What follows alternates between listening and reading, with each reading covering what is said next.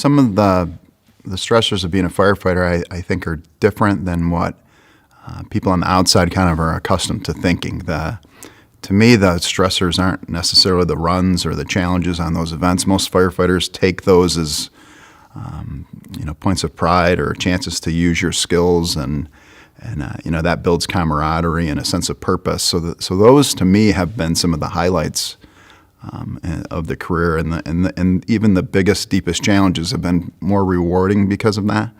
So to me, the stressors have more been just trying to live through the outside, world of how this interplays with schedules and family and those tie-ins. So, I mean, those to me are just different stressors. There's certainly plenty of them while you're on incidents and working through responses, but to me, those moments are a little bit more clarity. It's really clicking with what you're supposed to be doing. It's just living through the decisions after the fact or reviewing kind of how that all works in its totality. I think maybe is a stressor that's, I think, weighed heavily more on me over the years than maybe it did in the earlier days. But I think that kind of cumulative effect is probably an underlying stress that's, that's impacted me the most acutely, but it certainly is something that I would think through if I was describing it to new people coming in, is just being able to understand that long-term grind stressor and how to handle that and work through that would be something I think is more significant. The stressors in a firefighter family, to me, I break into two groups. So I've got, to me, two families. I've got the fire service family and the people in my firehouse. And then I've got my own family that at home that I take care of and work with. And they have a lot of similarities, a lot of crossovers. There's some components in that. But I think, like I said, I would break those probably into two groups. The firehouse dynamic is maybe a little bit easier than a home dynamic because people are coming in and out, and you could build different things with them, and the stressors are a little different. But at home, the stress, I think, really it's more about time away and just the inconvenience of the schedule and some other things. So I think most of the stuff that I've battled with at home is just trying to be alert and awake after working shifts and working through that thing and being able to build enough rapport and time with my kids and my wife to be able to maybe handle some of that stuff. So those are some of the stresses that you have with that. It's one of the few jobs where you don't get to go home through part of the day. So for us, the 24-hour shifts means you're gone through the whole thing. You can't schedule something in the evening versus the morning or rotate around. You have to miss the whole day.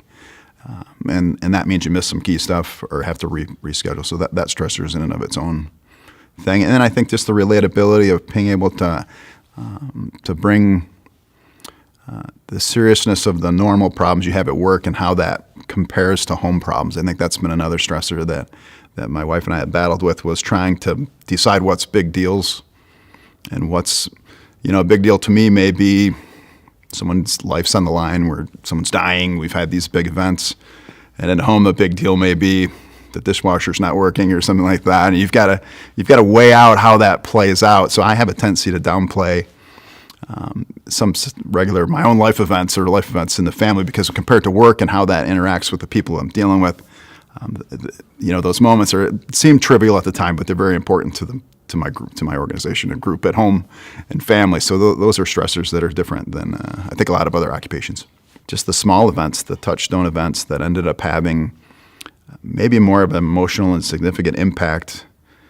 And it gave, I think the big stuff was fast and hard enough to move through it and keep you busy, where the ones that kind of stuck with me were small events, but they had these personal moments attached to them. One of the ones I can recall just a few weeks back, I had it was a pediatric CPR run. The run went well. We did everything like we were supposed to. The child ended up passing away at the end of the event, but as far as our work and what we were supposed to do, it went really well. Crew worked together well, but it was within a day or so of my son's birthday. And through the years, I've been on lots of these calls. I've never really had that hit me so much that way. But before I went to bed at the station, that idea of it being close to my kid's birthday, was a big deal. And it wasn't a big, crazy event. It was just, a point to think at home. I think just the idea of that family's grief and the pain and how that had to play out, and how blessed I was with my own family, I think was maybe something that carried something that was much more significant to me internally, and that was more, I think, emotionally driven than maybe I would have done. And I sat up, actually on that call, and I don't ever really do this, but that night I sat up for probably an hour and a half, just mulling that over and thinking of being at home. So there's a couple of those that were very similar to that, but that idea of a connection point and familiarity with that, I think, had a different feeling to it than maybe some of the other more significant things that I've been on.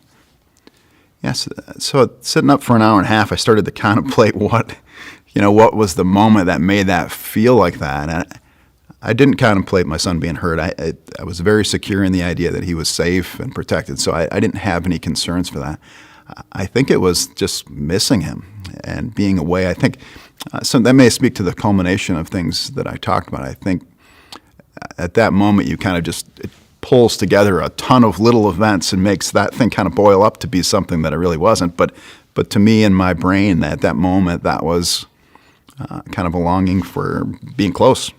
And I was separated from them, and that being away from work and being on that incident pulled me very far away from my family for that minute in my brain. And drawing back to that was a struggle for a little bit, and took a bit to get there.